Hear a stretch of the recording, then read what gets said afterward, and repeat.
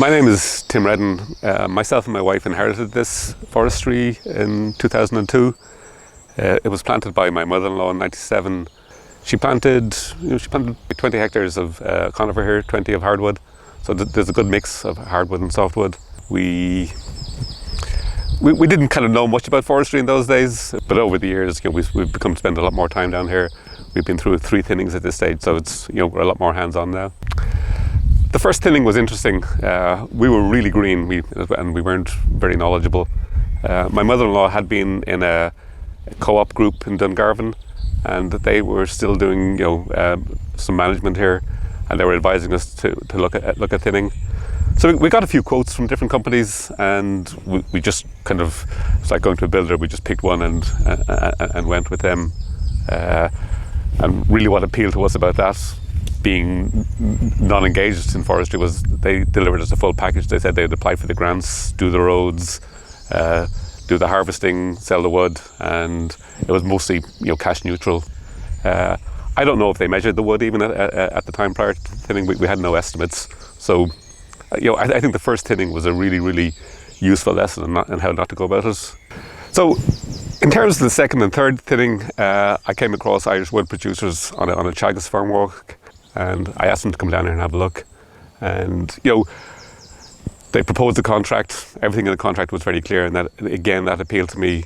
The contract was based on estimates, but all of the costs were very clear up front.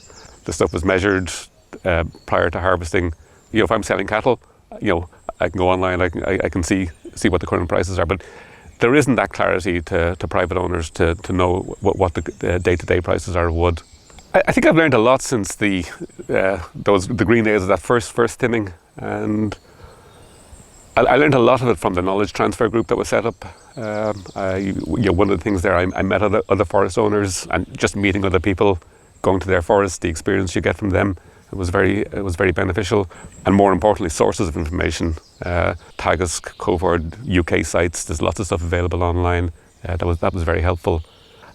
One thing I would like to see is more streamlining of the licensing issue. That it's not all these separate processes, one after another, and you can be held up for a long time. I was held up for 14 months on this thinning.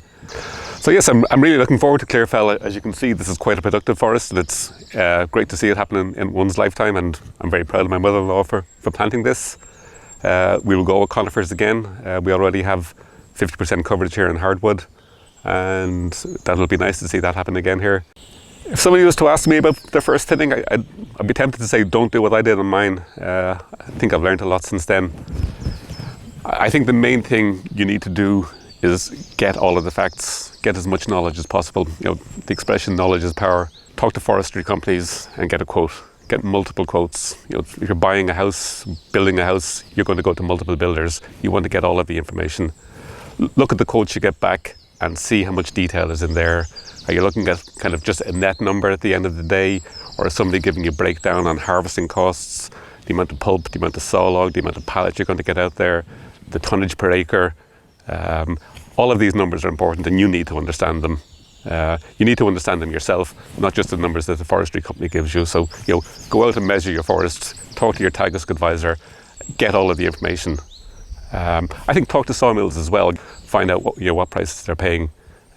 If you're in the market for buying or selling a car, or selling cattle, you know what the market is. You need to know what the market is for your timber as well. So get all of the knowledge and measure your forest.